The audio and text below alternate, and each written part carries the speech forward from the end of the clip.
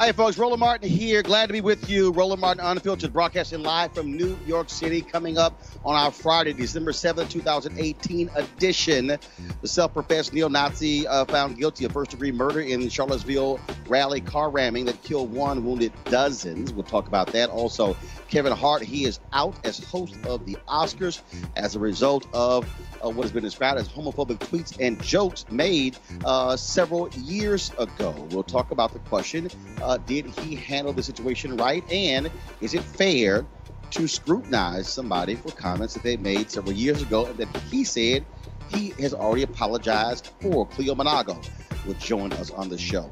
Republican assault on democracy goes on. Today we focus on Michigan, and we will hear from the head of the Detroit NAACP. You don't want to miss Reverend Dr. Wendell Gregory on the GOP's attempt to hobble the new Democratic governor and Attorney General plus Secretary of State in that state. They also, of course, want to roll back the issue of early voting. Folks, Donald Trump nominates a new United States Attorney General, but he is not new, previously serving under the role of same role under President Bush. How will he affect African Americans? And a student in Rhode Island starts a class action lawsuit to get civics classes back in the classroom. She wants to know how to vote, how to serve on a jury, and how to engage with politics. We'll talk to her and her lawyer. Also, we told you about Tyler Perry's layaway gift yesterday. Now we know how much he spent. Trust me, it's a big number. And the Grammy Awards were announced today. We've got the top nominees. And twice Oscar-nominated costume designer Ruth Carter talks about Black Panther. The other movies she's involved in, of course, Black Panther, nominated for Best Picture Golden Globe. It's time to bring the funk on Roland Martin Unfiltered. Let's go. He's got it. Whatever the biz, he's on it. Whatever it is, he's got the scoop, the fact, the find. And when it breaks, he's right on time and it's rolling. Best believe he's knowing. Putting it down from sports to news to politics. With entertainment just for kicks, he's rolling. It's on go, y'all. It's Roland Martin, yeah. Rolling with Roland now. He's funky, he's fresh, he's real, the best, you know he's Roland Martin now.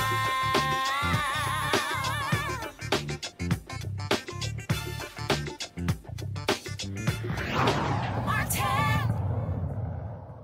All right, folks, breaking news. James Alex Fields Jr. of Ohio was convicted of first-degree murder for killing a woman at the white supremacist Unite the Right rally in Charlottesville, Virginia, on August of 2017. You might recall 32-year-old Heather Heyer was killed and 35 others were injured, many seriously injured.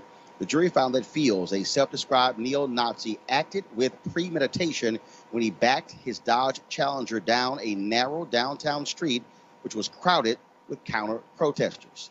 Again, he has been found guilty as we speak right now. There are folks who are assembling outside of the courtroom there protesting exactly him, even though he has been found not guilty. And so I'm pulling up right now a feed as I'm looking at it right now on ABC News and other feeds as well, as folks are demonstrating outside of the courtroom and chanting happy about him being found guilty. And so again, we are watching that right now. So if our folks let me know, we pull up some other feeds on Twitter, we actually will have an opportunity to see that. But again, he has been found. So again, this breaking news coming down literally in the last hour.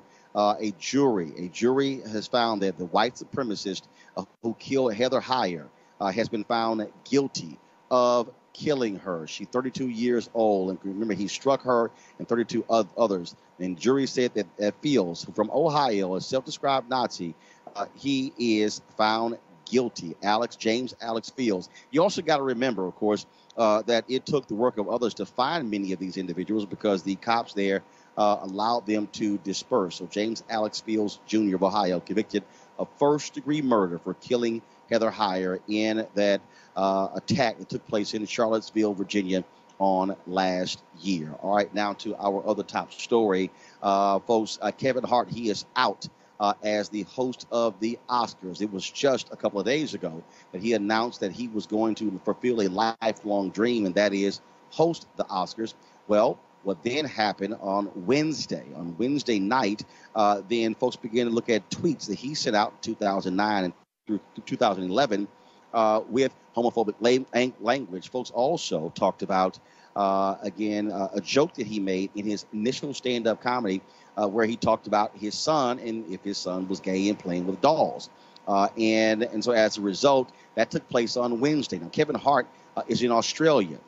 I know for a fact that folks on his team reached out to him late Wednesday night to apprise them of what was going on in terms of what was happening on social media. The following morning, Thursday morning, that's when things really began to blow up. The story began to circulate all across the country, and that's when the Motion Picture Academy then reached out to Hart, asking him to apologize again, or if he didn't, to step down. This is how Kevin Hart responded on Instagram.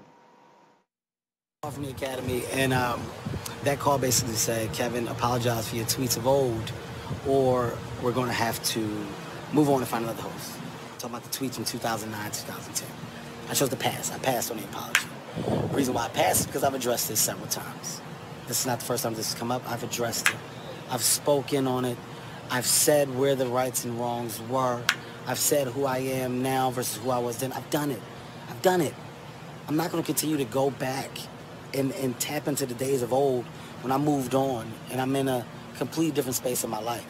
The same energy that went into finding those old tweets could be the same energy put into finding the response to the questions that have been asked years after years after years. We feed in the internet trolls and we reward them. I'm not going to do it, man. I'm going to be me. I'm going to stand my ground. Regardless, Academy, I'm thankful and appreciative of the opportunity. If it goes away, no harm, no foul.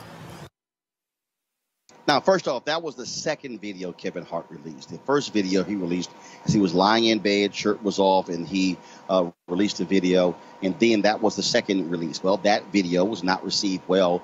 Later, he posted these two tweets on Twitter. Quote, I've made the choice to step down from hosting this year's Oscars. This is because I do not want to be a distraction on a night that should be celebrated by so many amazing, talented artists.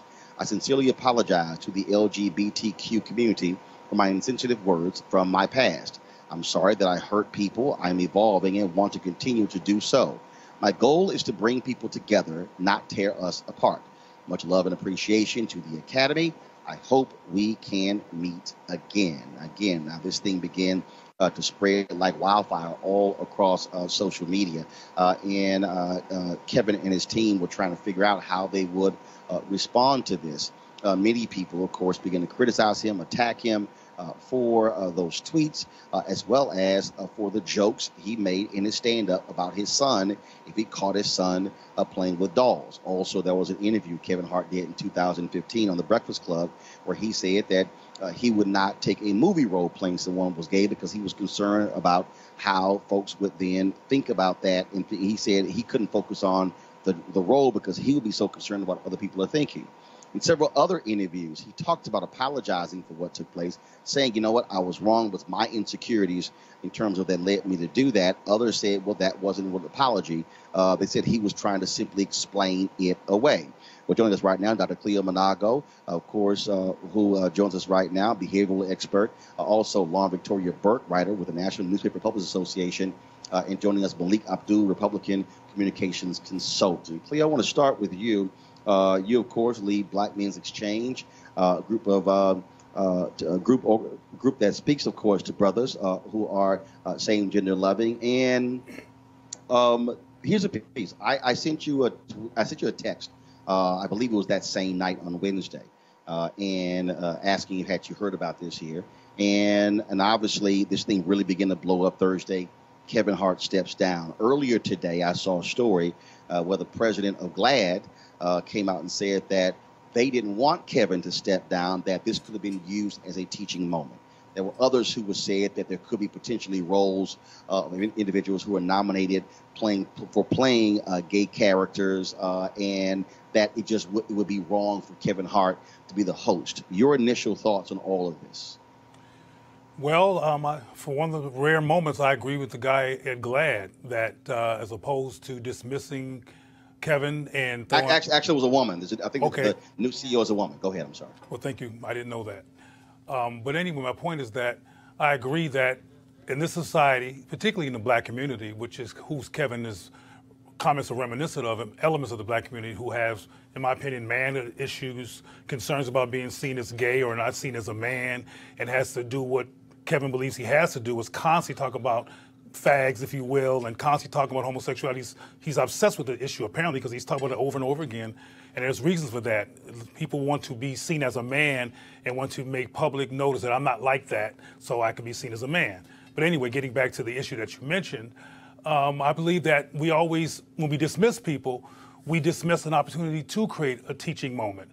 But the teaching moment, I think, when it comes to Black people, needs to be very specific. Like I said before, sometimes what we call so-called homophobia among Black people is really Black masculinity anxiety, because the society has done some damage to Black men, including more recently with the police murders, but we can go back, further back we go, we see torturous behavior toward Black men. So there's often hyper-masculinity, hyper-investment in being seen as a man, as I said before. So when you create those educational moments for Black people in particular, we have to deconstruct why we have these reactions and why there's such an obsession with disassociating from homosexuality, even when it's not the topic. Because So here's the question, Cleo, that here was Kevin Hart, sent a tweet out also included in his stand-up act. And you have people who are saying Kevin Hart was wrong. He should not be making gay jokes. So the question is this. When you look at comedians, they make jokes about Black people. Mm-hmm. They make jokes about women. They make jokes about gay people. They make jokes about politicians, political parties. So the question is, can comedians make gay jokes? Or are we now saying comedians were typically, again, where it was always on the comedy stage, anything goes, that, oh no, you should not say anything about anybody that might be deemed offensive. Your thoughts? Well, Black men can't. I mean, you might remember Tracy Morgan back in the day. Well, no, I'm not asking can't. I'm asking you, I know what you're saying when they say they can't, but I'm saying, should we have restraints on comedians on who they can make fun of? And what I'm saying, if I understand your question, is that you're using the term we and you're universalizing the question of what comedians can do. And I'm saying that Black men are treated special, is my point. That Black men are seen in a society as particularly menacing, particularly macho, particularly hypermasculine, and there's a lot of defensiveness in terms of what black men do.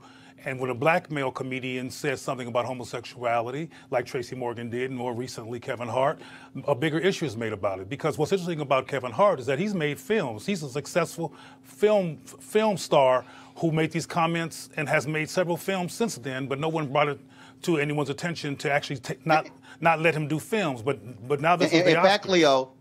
In fact, Leo, Kevin Hart said, wait a minute, I addressed this years ago. I'd already addressed this. I already talked about it. And he echoed exactly what you said. He was sort of like, why is this, coming up now? Other people have been saying the exact same thing. And again, the same thing happened, I believe, with Nate Parker, where Nate said, wait a minute, I've made all these movies. And so you're telling me, he says, why is it all of a sudden coming up now? Obviously, the Oscars is totally different. There's this huge international stage, and all of a sudden, it's a brighter spotlight. Well, that you mentioned Nate Parker is relevant to this issue with Kevin Hart, because initially, both of them were defensive. Initially, both of them were like, look, I already said something, I've already made amends, and the gay community, which is a white-ran community and takes advantage of its opportunity to attack black men, don't play that. They want you to grovel immediately and to immediately apologize. No matter how many times you've done it before, this is the Oscars, you got to apologize again. And apparently Kevin didn't understand that, just like Nate didn't back in the day. And he apologized later and talked about that he's hurt people and he's apologized, et cetera. But that was not his initial response. So Victoria Burke. Yeah, I mean, I think that what Cleo says is absolutely right. I mean, African Americans are not given the same level of latitude in these situations as everybody else. So it's a combination of course, the big stage of the Oscars, which is a bigger stage than most. And it's the fact that he's an African American, and it's the fact that it's a constituency that he's criticized that has a great deal of political power. Also the fact, too, that his apologies in the past have not been as fully throated as some that we've seen from other people in other instances. So, yes, he's right. He's correct when he says he did apologize before, but you really have to get out there and understand what the political atmosphere is that you're living in and what the group that is involved in politically is to do this effectively. So even though he's accurate that he has addressed this before, you have to be very emphatic in addressing it when you're dealing with a group that has this level of political power, which they do. So dealing with that reality, it is painful to see it in terms of, yes, we're fans of Kevin Hart, want to see him do well, want to see him do the Oscars. It was a dream of his. But at the same time, until he gets out there in a really, really emphatic way and does it, not necessarily to the exact liking of the people who have been critical of them, because frankly, I think there are people out there who will never let it go, no matter what, in every constituency. Also, I actually think, too, whether it's African Americans, gays, or anybody else, this whole teachable moment thing, I think, is slightly ridiculous. You don't leave it to the person saying the thing to teach you anything. If we did that as African Americans, we would never be doing anything. We don't leave it to the people who criticize us, who've been racist against us, to teach us anything.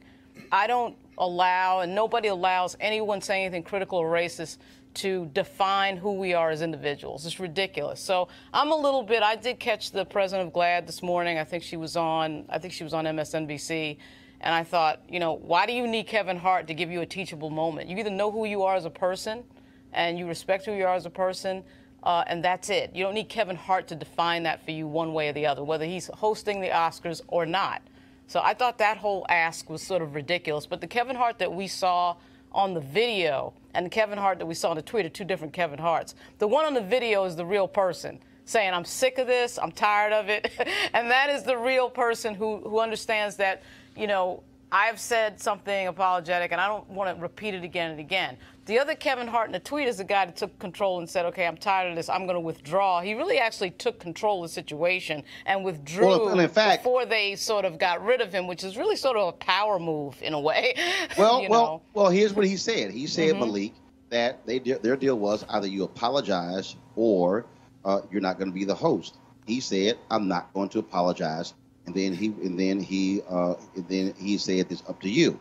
He then, of course, so remember, if you play the video back, he essentially says that they gave him the option.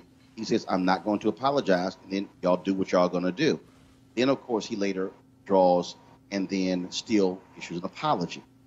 Remember, in 2012, Brett Ratner was supposed to be the director of the producer, the director of the Oscar telecast. He made a gay slur at some industry event. Eddie Murphy was very close to Brett Ratner. Eddie Murphy was supposed to host that year. They forced Brett Ratner out. Eddie Murphy resigned and stepped down and said, I'm not going to be host. He was in a sense standing in solidarity with Brett Ratner. So Malik, I'll ask you your thoughts about all of this, but I'll ask you as well. The question is this. Comedians say all sorts of things. Comedians say things about, again, everybody. If you watch Lisa Lampanelli, she talked about black people, white people, gay people, everybody. The late Don Rickles was known to be Mr. un-PC. Joan Rivers, too. Say it again? Joan Rivers as well. Yeah, Joan Rivers, of course. Look, if you go back, and if you want to talk about, again, Malik, I'm going to pull you in. You want to talk about that standard. The question is, if Bernie Mac was alive, and when he did his King's comedy routine, where he talked about one of his nieces or one of his nephew, one of his nephews, being gay, the question is, would Bernie Mac be criticized and made to apologize? So Malik, just your thoughts on what people are saying that comedians should or should not and can and cannot say. Well, this is the first time I actually heard the comments by Kevin were today. I didn't know about what happened in 2011 and 2009. So when I see the video of him on Instagram saying that I've apologized enough, I say to myself, okay, well, I never heard it, so I don't know. I didn't hear that apology. As to your question about whether or not other comedians would be able to, whether Bernie Mac or others would, or Richard Pryor, Eddie Murphy, of old, would be able to have the same comedic set as they had back then, I would say no. And the reason is because of the type of climate that we're in, the political climate that we're in. I said last week with Mark Lamont Hill, I said I was willing to give him the benefit of the doubt that what he said was not what he intended or how it came across to people. That's not where we are in our politics. Of course, as a Republican, I have to say, there are things that we have done, and a lot of it has become so political and it's toxic. So when a Republican says something, I think we should be willing to give them the benefit of the doubt and have those same teaching moments that Lauren mentioned, but we don't do enough of that. So now we have a climate that if Kevin Hart says something like this, we have to go after him. If Mark Lamont... But here's the thing, though. Okay, I want to put a pin right there. You said... if a Republican said this, are we now saying that the standard for a comedian is the same as the standard for a politician? Well, unfortunately, I think this is where we are. And when I say I think this is where we are, what I'm referring to is the online mafia mob or whatever you want to call it. A lot of these stories get pushed because someone tweeted it. So people report on what someone else tweeted, not the actual situation. So the reason that we're talking about this is because someone dug it up and said, okay, well, now this is an issue. But we do so much of that, and I think we do ourselves a disservice because we cover stories based on what's happening on social media. I don't know if a reporter actually went to Kevin and had this conversation with Kevin, or there was some real investigative journalism or anything. No, here's what happened. Of course not. Here's what happened. I'm going to tell you what happened. Kevin Hart announced on Tuesday that he was going to be the Oscar host. On Wednesday, tweets began to go out talking about this is what Kevin Hart tweeted in 2009, 2010. Mm-hmm. This is the joke that he made about his son, if his son was gay, in a stand-up act in 2010. The Guardian then writes a story. IndieWire writes a story, and then it's circulating. And it literally was, this thing was moving around 11 p.m. or midnight on Wednesday. Then, by around 8 or 9 o'clock on Thursday morning, it began to get picked up by Variety, by the Hollywood Reporter, by the Wrap, all the industry trade magazines, and then the story began to go to the next level.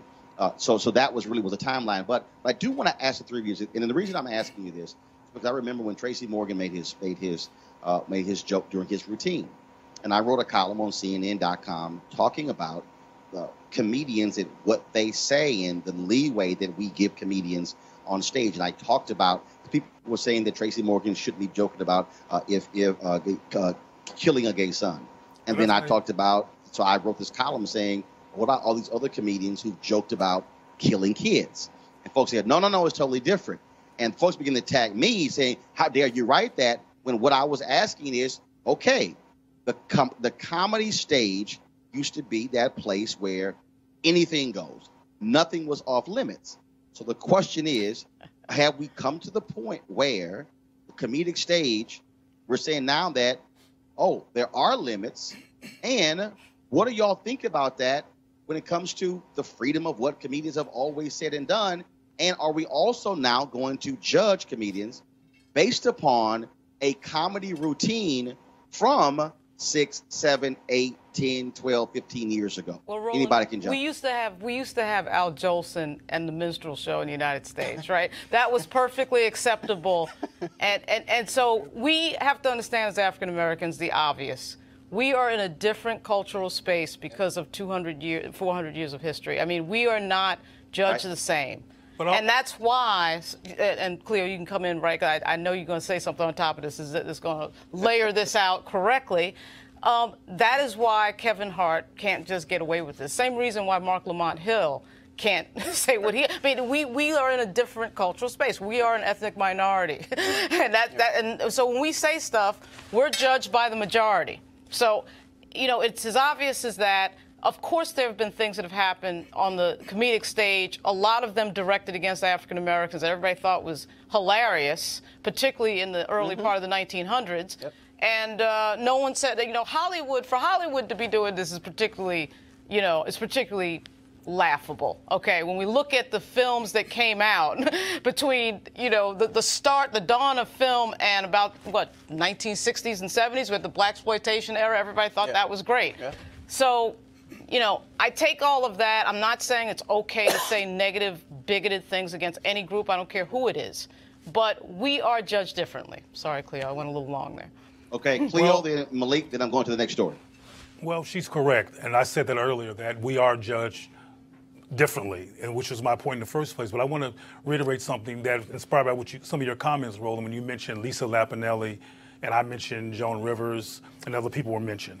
Back when Tracy Morgan was accused of what he didn't say, he didn't say he would kill his son if he was gay. And we don't have time to get into what really happened. It was the topic was bullying. And at that time, bullying was the thing in the media, and he talked about if his son better not let himself get bullied.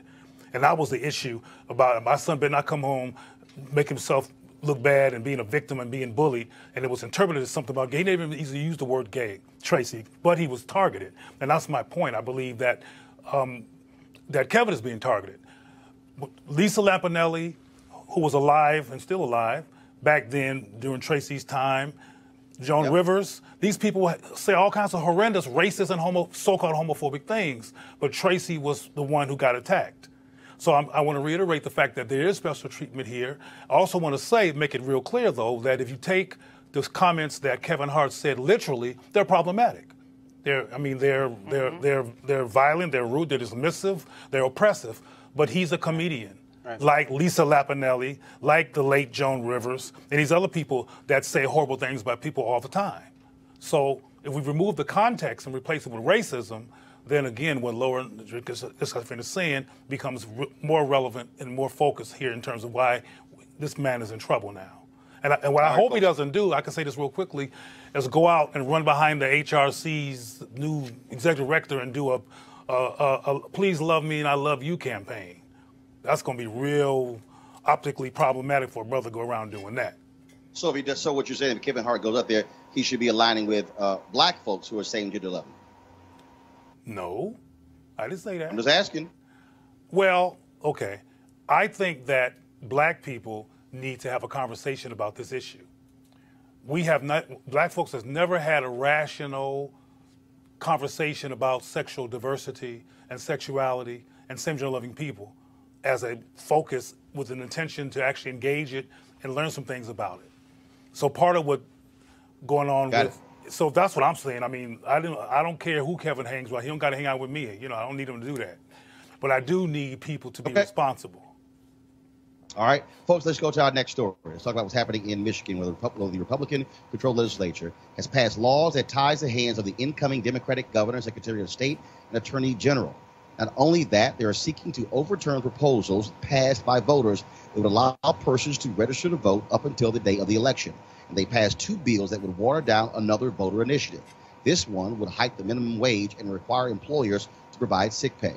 Let me get this straight. So the voters elected Democrats statewide, now Republicans, they want to change it all. Joining us right now is Wendell Anthony. He is the head of the Detroit NAACP. Reverend Anthony, how you doing? I'm doing fine, Roland. Thank you for getting my name right. This is Reverend Wendell Anthony, as you said. Basically, my brother. Of course I got your name right, okay? Because you the one sent me a text with your statement earlier about what's happening. So don't let me start talking about you wearing your gator. See, look, why you gonna go ahead and go there? All right. So, but here's what I'm trying to understand. What the hell is the point of voters passing an initiative if the legislature is going to say we don't have to follow it? Well, that's precisely what we're concerned about, Roland. This is the highest level of hypocrisy and deceit and treachery. It basically grows out of the fact that somebody didn't get the memo that the Democrats won the election in the state of Michigan, that they are trying to set themselves up to maintain their bases of power. We won the governor's office. We won the Secretary of State's office. We won the Attorney General's office and a number of offices underneath that. In addition to that, we had 2 bills, 2 proposals, Proposal 2 and Proposal 3. One dealt with the redrawing of the congressional lines so that you could not pack, stack, rack congressional districts in your favor, which means that even when you outvote the other folk, they still wind up winning because of the way they have constructed the congressional lines. We won that. We won it overwhelmingly. Everybody in Michigan wanted that to the degree that we need to move away from that. And we also won the greater access to the voting booth.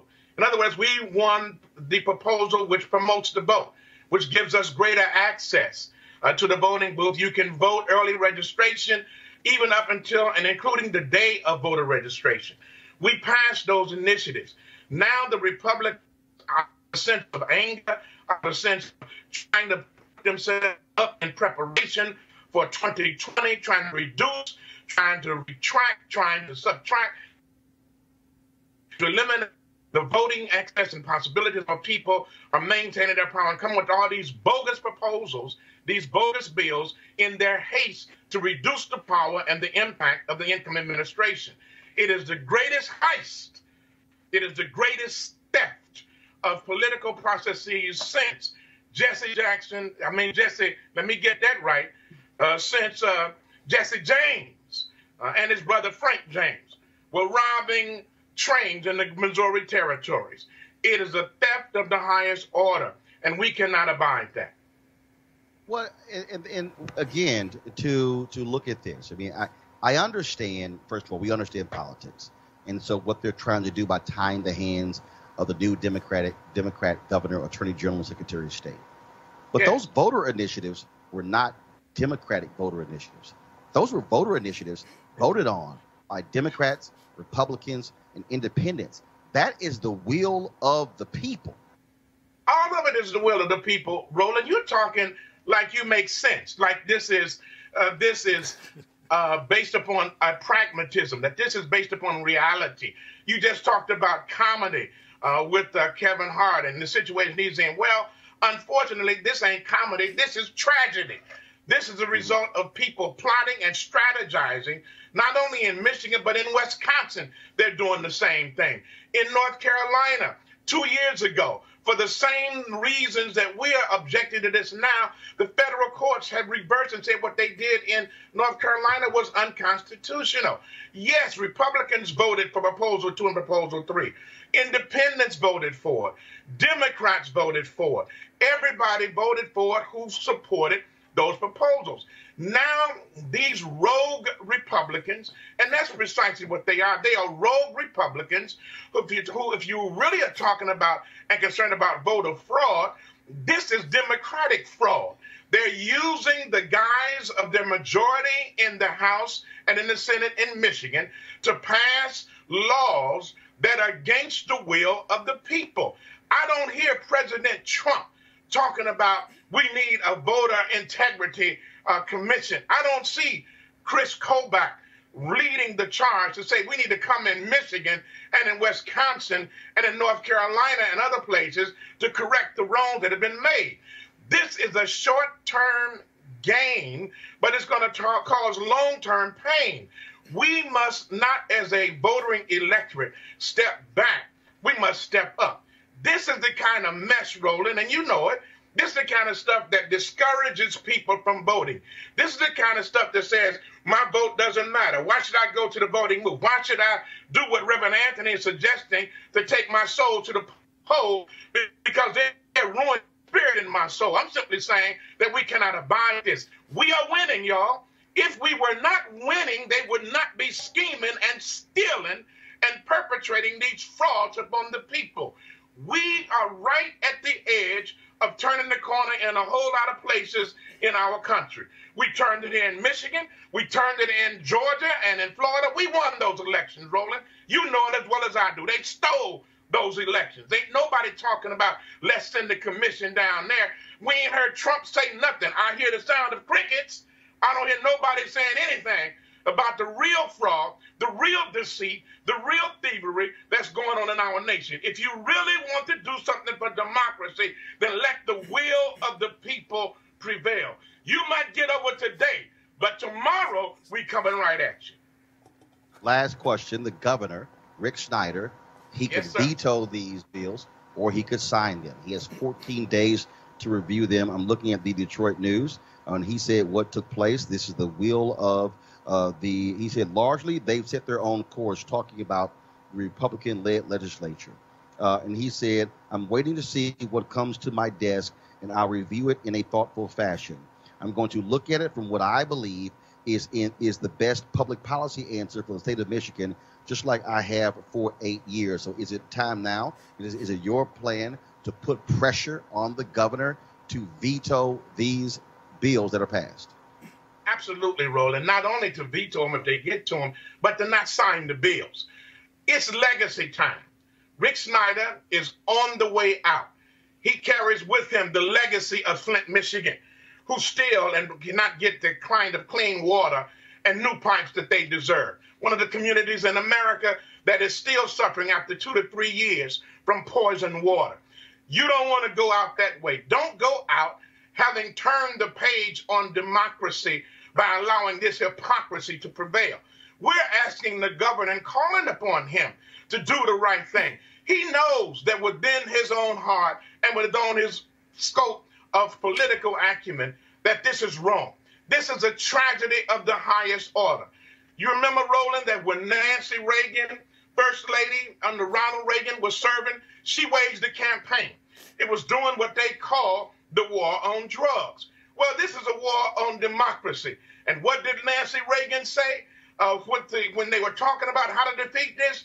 She said to young people all over the country, just say no. Well, Rick Snyder, Governor Snyder, when it comes to your desk, just say no. This won't go, and go out in a bang. Don't go out in a boom, to the degree that you did not exercise the right option and do the right thing. We must not be silent. We don't plan to be silent. We must keep the pressure on. Dr. King said it well. The time is always right to do what is right. Now's the time to do the right thing and vote no, and don't sign these deceitful, treacherous, fraudulent bills under the guise of expanding democracy when you're really lifting up hypocrisy. Reverend Wendell Anthony, of course, President, Detroit NAACP. I really, really need you, Reverend, to come out of your shell. Roland, I'm going to do the best I can. You know, I'm such a shy guy, and I force myself. But whenever I see you, I just get so inspired that I can't help myself. I appreciate it, Reverend Anthony. Thanks a bunch. All right, Doc. Take care. All right, thanks a lot. All right, folks, let's go to the issue of the criminal justice reform bill that is in the United States Senate. It looks like Mitch McConnell, majority leader, is doing everything he can to kill this. Of course, it was passed in the House. If the Senate passes it, Trump has said he will sign it. Earlier today, South Carolina Senator Lindsey Graham tweeted this morning. Just talked with President Donald Trump. He strongly believes criminal justice reform bill must pass now. He also indicated he supports putting criminal justice reform bill on year-end spending bill, which must include more wall funding. So now criminal justice reform is being held hostage to the wall.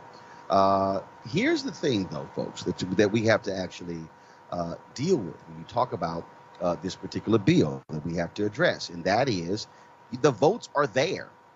You have Senator Tom Cotton, who has replaced Jeff Sessions as the biggest person who wants more people to be in prison. You have Republicans who want to pass this. Senator Mike Lee has gotten into Twitter fights with Senator Tom Cotton on this very issue. Then you have this Sheriff's Association that Tom Cotton has gotten them to oppose the bill, but you've got other police organizations that support the First Step Act. Lauren, I want to go to you. Here's what you have here. I think you have Senator Mitch McConnell, who does not like this bill, who wants to kill this bill. And what Mitch McConnell is doing, he could easily call, he says there's no time on our calendar. How long does it take to actually call a bill up? He, I think, is desperately trying to run the clock out so it doesn't get voted on, knowing full well when the Democrats come back controlling the House, they're going to pass a completely different bill. Yeah, the thing that's so odd to figure out about some Republicans, because it's not the majority in this case, not even close, is, you know, you have to ask, why is Mitch McConnell here? You know, why is he in public life? I mean, I can't figure that out because there is no there. He doesn't stand for anything except sort of cutting taxes for rich people, and then that's about it. And I guess following what Donald Trump does. But unfortunately, and I think, you know, Paul Ryan was right about this a few years ago when he said it. I mean, the Republican Party at some point does have to be the party of ideas and doing something and not just criticizing Barack Obama and coming up with, you know, negative things to say about Hillary Clinton. And unfortunately, their leadership has sort of lost that. And I think certainly in the case of Mitch McConnell, that's happened. But if you notice, and this is what's so odd about this particular situation, the president, Chuck Grassley, Mike Lee, a lot of other Republicans, I would say the majority of Republicans in the Senate, want to vote for something. They want at least for there to be a vote, you know. And now, you know, in a complete perversion of our democracy, it's like it's so difficult now to get a vote to the floor on anything. And unfortunately, this problem has been bipartisan. We did see this with Harry Reid, same thing. Everybody's afraid to take a vote because everybody's afraid it's going to come up. And this is connected to the power of our technology and communications completely changing the last 20 years. Everybody is afraid to take a vote, be on the record for something, and then have it come up in an election. So everything is just driving that. And I guess that's what McConnell's doing. He never articulates exactly what he's doing, so I'm guessing here.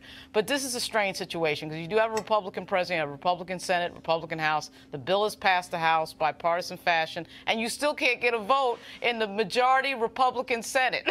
I mean, like, how does that make sense? Wow. On justice reform that was crafted primarily by Republicans. Yeah. Malik, when Mitch McConnell got Donald Trump to push this bill to after the election, I said that was the death knell. Supporters of this bill called me, no Roland, no trust me, Trump supports this, he's going to get full force behind it. I said, don't do it. If you do play that game with Mitch McConnell, you are going to get screwed. And that's exactly what has happened. The election was November 6th. Yeah. Today is what? December 7th? Yeah. Yeah.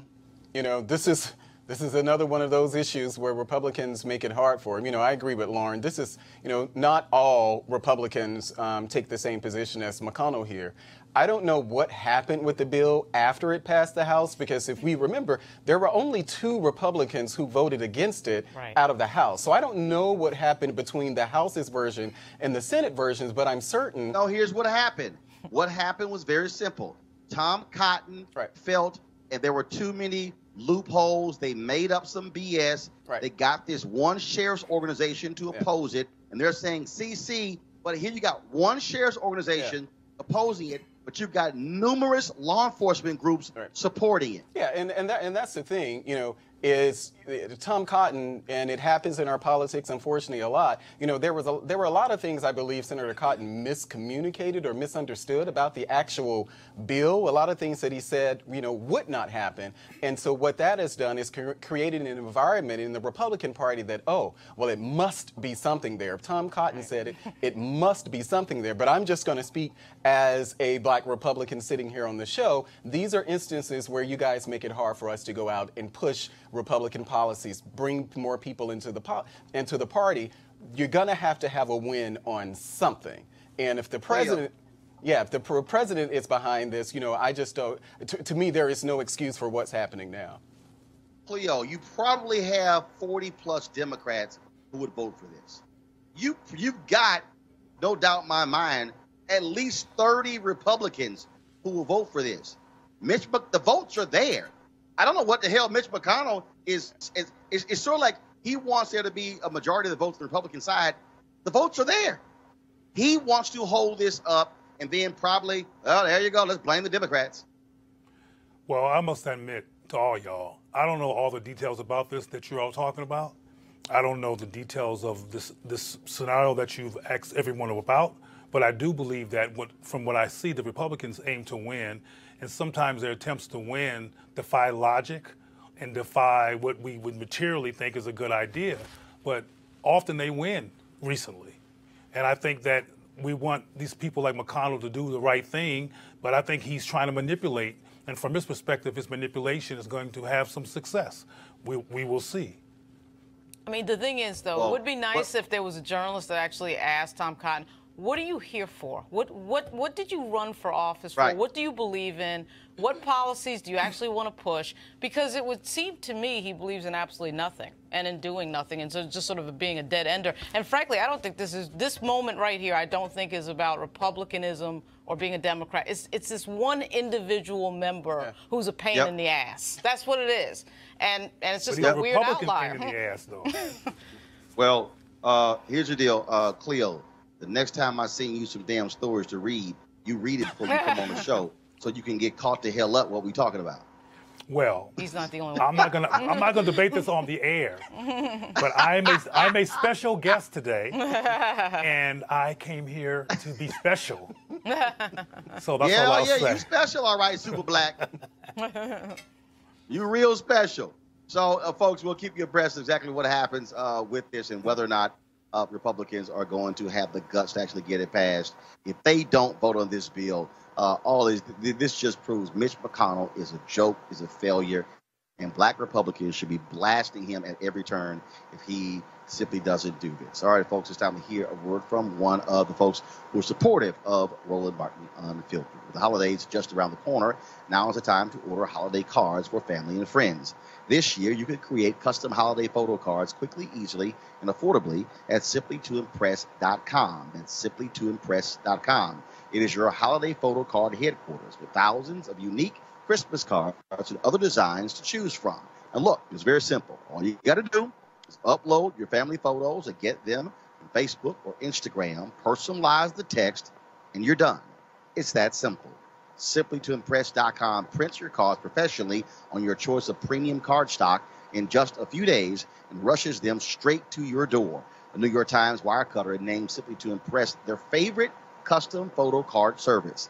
Simply to Impress even offers foil cards and hundreds of great holiday designs for your business as well. Place your order today and to save 30% and get free shipping. Just enter the promo code DEAL, that's DEAL, at the checkout. Save big on holiday photo cards today using promo code DEAL at simplytoimpress.com. That's simplytoimpress.com. And one of the reasons we want you to support them is because they are a supporter of Roland Martin Unfiltered. And so when you support them, they continue to support us. All right, folks, if you're of a certain age, you remember civics class. Apparently, Rhode Island doesn't do that anymore. And one young lady thinks that's wrong. She wants to be prepared to vote, to serve on juries, and involve herself in civic affairs. She got a lawyer, and they filed a class action lawsuit against the state of Rhode Island. The suit claims their constitutional right to complete education is being violated. Joining me now is one of the plaintiffs, Alita Cook, as well as her attorney, Michael Rebell. Alita and Michael, how you doing? Hi, I'm good. So, Nice Alita, when did this start? When did you say, this is crazy? I don't know what the hell they teaching us. I want to do something. Oh, my video's on. Okay, can you hear me? Yeah. Okay, Alita, can you hear me? Yes, I can. All right. So when did you, like, when was it where you said, this makes no sense to me? I don't know anything about civics in America. I guess it all started when my friend introduced me up to the case, and I thought about it, and I was like, man, I really didn't really know civics. So I talked with the lawyers that were on the case, and, you know, we talked it over, and I thought about it a little bit more, and I was like, I really have to get on this case. Now, Alita, when did you finish school? I'm currently a senior at Providence Career Technical Academy, actually. Okay, so that's a high school? Yes, it's a high school. And so you're at that high school, and as you think back, when you were in elementary school, middle school, and your other years of high school, what were you taught? Was there anything about government and politics? Well, when I took a history class in sophomore year, we learned about current events and, you know, the election and what's going on in other parts of the world. Not really too much on how, like, government works and, you know, on how to pay taxes and economy stuff. So I guess, like, I got a little bit of, like, about the war and, like, you know, stuff like that, but not really about how government runs, different forms of government and stuff like that. But yeah. Mike, I want to go to you with this lawsuit, filing a class action lawsuit. How many folks have you heard from who want to be involved in this? Well, we've had meetings all over the state of Rhode Island, and I'd say we've heard from hundreds of people who are really concerned about this. And part of the history and part of the reason we went to Rhode Island is they've tried twice to bring cases in the state Supreme Court complaining about the education system there, huge inequities, especially in schools with high minority and ELL populations. And the legislature's been totally unresponsive. The state Supreme Court was unresponsive. So that's why we started thinking about a federal case. And I've also been looking at this issue from a national perspective. And Rhode Island seemed a good place to bring a test. And then when we went there, people like Alita and many of her colleagues were very receptive. They were saying that, you know, she just put it, they take American history. There's no required civics course in Rhode Island, by the way. And they learn about the wars. And one of the other students says, I know what manifest destiny is from the 19th century. It's got no relationship to my life. They didn't tell me anything about local government, that we could make a difference. You know, we could vote on things that would really matter. We almost gave them a civics lesson in talking about this case. So I think some of these students like Alita have really gotten into it. And she's also quite articulate in saying that she's about to graduate, but she's really doing this for her younger brothers and sisters. And I just think that's great. Michael, have you seen a similar suit like this anywhere in the country, and has it been successful? Well, as a matter of fact, you were just talking to folks in Detroit. One of my colleagues, who also is very much involved in education reform, which I've been my whole career, he brought a case in Detroit where the situation, I hate to say this because things are pretty bad in Rhode Island, but it seems to be even worse in Detroit.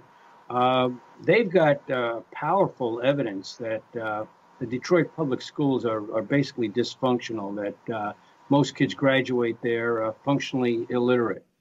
So they brought a federal case, and both of us are relying on Supreme Court precedent from 1973 that said there may be a constitutional right to an adequate education, the kind of education you need to exercise your fundamental rights as a citizen.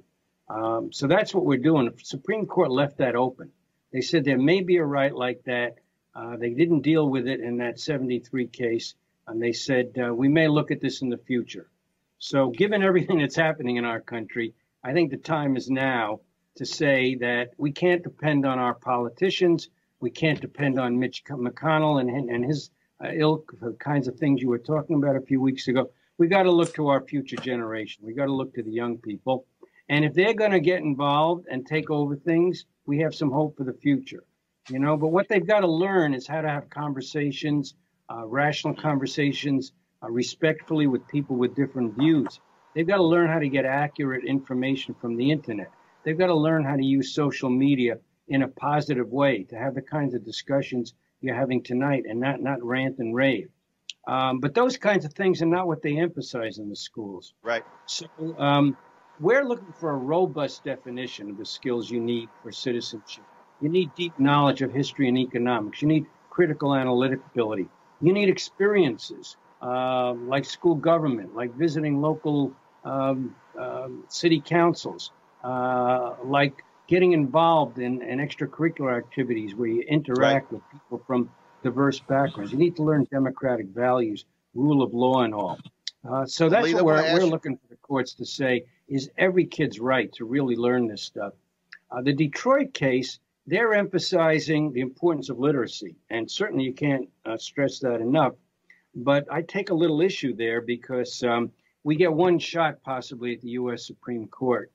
Right. And if they're going to decide that education for citizenship means sixth grade literacy, well, it's better than nothing. And it may help a lot of kids in Detroit, unfortunately, if they're not even getting that.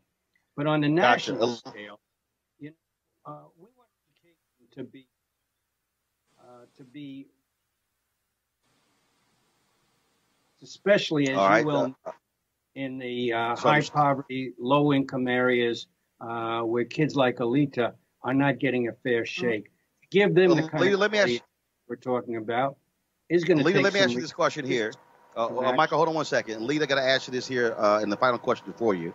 Your classmates, what are they saying? Are they saying, what are you doing involved in a lawsuit, or do they want to join you?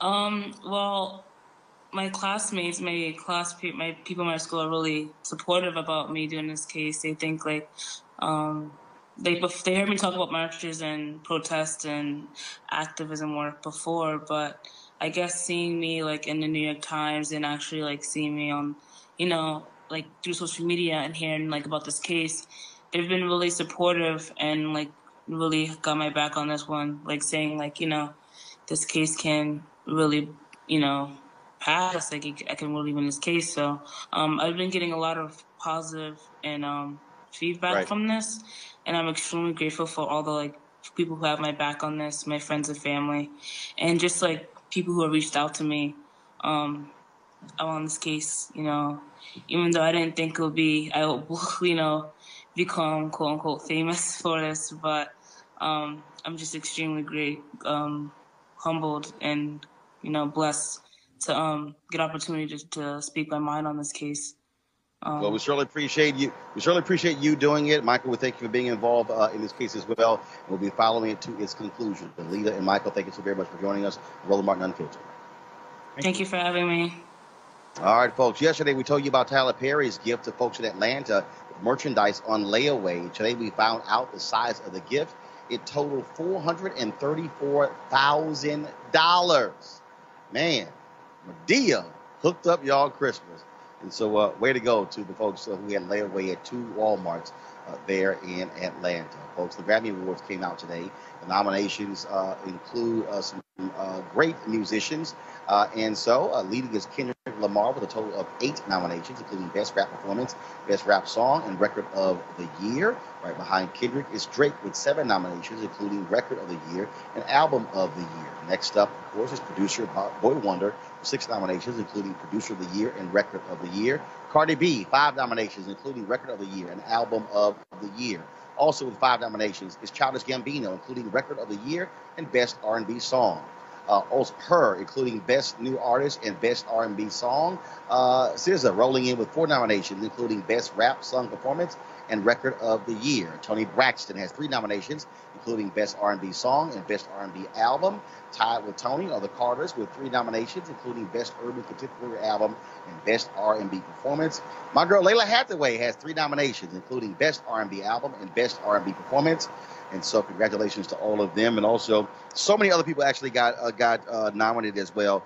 And I'm going to, so I got a text earlier, gospel artist Brian Courtney Wilson also picked up, I believe, I'm looking for his text, 2 Grammy nominations as well for Best Album and Song Performance as well. And so if you go to the Grammy website, you can check that out. All right, folks. Ruth Carter, she's being nominated for 2 Academy Awards for costume design, and is likely to get a 3rd nod this year for Black Panther. And so we recently caught up with her at this year's Essence Festival in New Orleans. Before I roll that, I want to thank Cleo, Lauren, as well as Malik for being on our panel today. And so I'm going to go ahead. So we're going to play the Ruth Carter interview. Then I got to run out. I'm in New York City because, of course, my girl Kerry Washington is in the Broadway play American Boy. She's been American Son. I'm sorry. She's been hitting me up for the last 3 months, saying, "Look, I got to come to New York to check this thing out." My understanding, she gives a major performance in this. It's also directed by Kenny Leon, and so I'm actually headed there. And so the play starts in 51 minutes, so I've got to run out and go to that. And so we appreciate all of you for watching us. And so here's our conversation with the great Ruth Carter. Folks, we're here at Essence Festival 2018 with Ruth Carter, of course, and everybody keeps saying Ruth Carter, Black Panther, but she's done a hell of a lot more movies than that. How many movies have you done in terms of costume? Oh, I don't think I've counted lately, but I think it's over 35. Right. So, I mean, and I say that because you're not new to this. You know, people all of a sudden like, oh, my God, because of Black Panther. No, you've been in this game. Yeah, I've been in this game for sure. Of 35 years, Malcolm X, two nominations, Amistad, Tina Turner, What's Love Got to Do with It? I've been doing this a long. I love what I do, so it doesn't feel like work. And then I looked up one day, and it was 35 years later. So what can I tell you? Are you amazed, though, how many people, again, because of the success of Black Panther, not only are they interested in the various African fashion elements, but also they now realize there's another aspect of Hollywood filmmaking that's not just a director or the folks who are in front of the camera. Yeah, it's really nice that the costume in Black Panther kind of brought costume design to light. And I have been designing for superheroes for a long time. Malcolm X was a superhero. Tina Turner was a superhero. But the global impact that the Black Panther did, you know, it made $1.4 billion. And it touched a lot of people. So, you know, to have done like the life's work and really given the Black Panther your all really is heartfelt to see all the people that have embraced it. You and I, we've talked several times about the movie itself. You've had so many other interviews. Have you considered, or if you've already done it, really putting something together? I mean, the amount of research that you had to go through it, where people really need to understand all of that, and then where certain things came from, and it wasn't just from this particular African nation. Anything along those lines that's sort of a guide, a how-to, or just because it's an interesting backstory.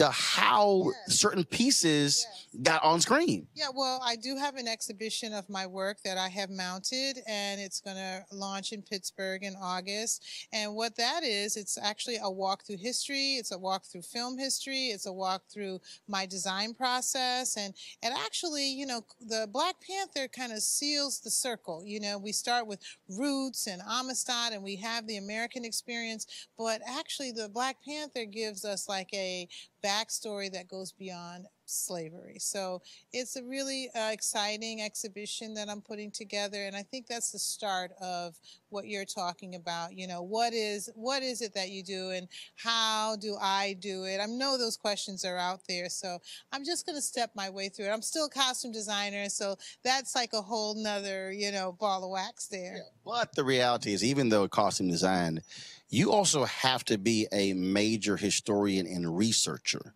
to do what you do as well. Yeah, I love the research. I love looking at the work of James Evangersy, Gordon Parks. You know, I have an extensive library at home. You know, now with the internet, I do a lot of research online. It's just kind of like another part of the passion. You have to have a passion for people and understand the psychology of what they wore in order to actually dress a character. We're character builders. We're storytellers as opposed to fashion designers. And just so y'all know, trust me, I went to communications high school where we were taught, matter of fact, anytime we watched a movie, we had to watch the movie to the end of the credits. Oh. Our instructor said, no, you need to know who also made the film. And so, and I was in high school. So even what happens now, I might see a film and I might go, oh, Terry Shropshire was the editor. Oh, Ruth was doing our costume design because we've had to do it. And so it forces you to realize that there's more to it than just, again, the typical folks we know about. And listen, I sat in the movie theater before I became a costume designer. When I heard about this profession and I read the credits, there were so many people in the credits. I said to myself, there is a place for me in the entertainment industry. True story. So I got to say this as well. So when you talk about now because of the success of this movie, so this actually happened. So I'm watching the movie and I see this outfit. It probably was on the screen for like 10 seconds. And I was like, Ruth, I need to see that actual outfit. All I said was just the back. It was just the back, and it was on for that long. Yeah. But I said, okay, that's fire. Yeah, and then I sent you a text of a picture of it, yep. And you were like, that's the one. So, yeah, that was the special time when T'Challa was taking the throne. And, you know, Kente is worn primarily for special occasions. So we lined his full-length vest with Kente. Oh, it's gorgeous. Of course, the brother who actually designed it, you sent me his information, and so we're chatting. So y'all gonna see that. Yes. You're gonna see me wearing it. Yes, he made it. I designed it. See, there we go. Cool. All right, that's fine. I give credit. Yeah, no, Carl in Atlanta. Yeah, he's your go-to guy. All right, then. It was always good to see you. And what's the next movie? What are you working on? I'm doing Dolomite, the Rudy Ray Moore story with Eddie Murphy, 1970s. Lots of polyester. Yes, it's wonderful. It looks so good. All right, Ruth, always good to see you. Thank you. I appreciate it. Thanks so much.